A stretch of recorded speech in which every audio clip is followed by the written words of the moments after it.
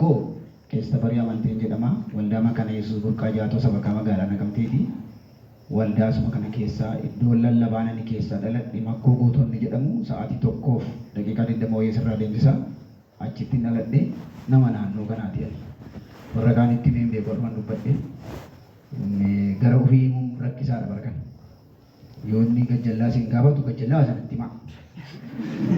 Ati gara siriitii waliin gara baakkooti waliin gara garraatidha. Naannoo kamuun achi gara si jedha. Yoo inni gara gindii deemu achi gara kameetidha. Jaamsaa gaafadhaati irraa kutaa himaa akkan waliin naasinis waliin wallaachisaa waliin wallaalanii naannoo waan ta'u. Kanaafi sagalee Waaqayyoo ilaalla galgala kanaa Efesoon boqonnaa 4:4-15 dubbisa.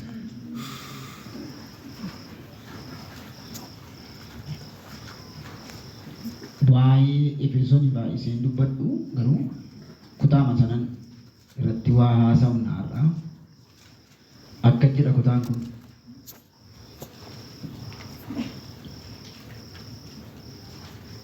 Lakkoofsa 14-15 barreeffadhaa isinii garuu fichituun irraa dhaabate turuudha.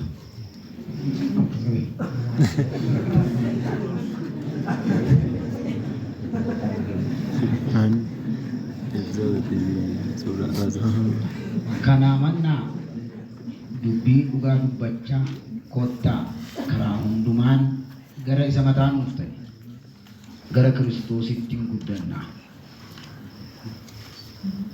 Lakkoofsa 14 isinitti dubbifadhaa. Egaa nuyi jedhee jalqaban immoo egaa jedhee jalqaba.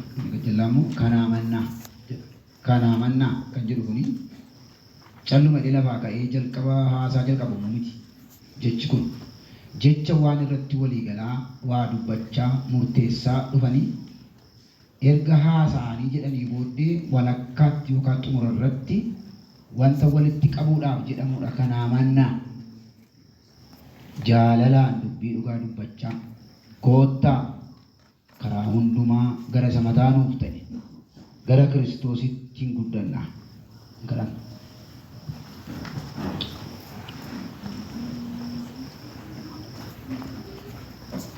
Alas manas kan jirtan isa qe'ee kanaa gurra qabaniif hin dhaga'an. Isa qe'ee kanaa ija qabaniif hin argan. Isa qe'ee kanaa arraba qabaniif hin haasa'an. Abbaa qaba. Yoo inni nama haasofsiifate malee hin haasa'an. Yoo inni namatti argisiise malee hin argan. Yoo inni nama dhageessise malee hin dhaga'an biyya koo.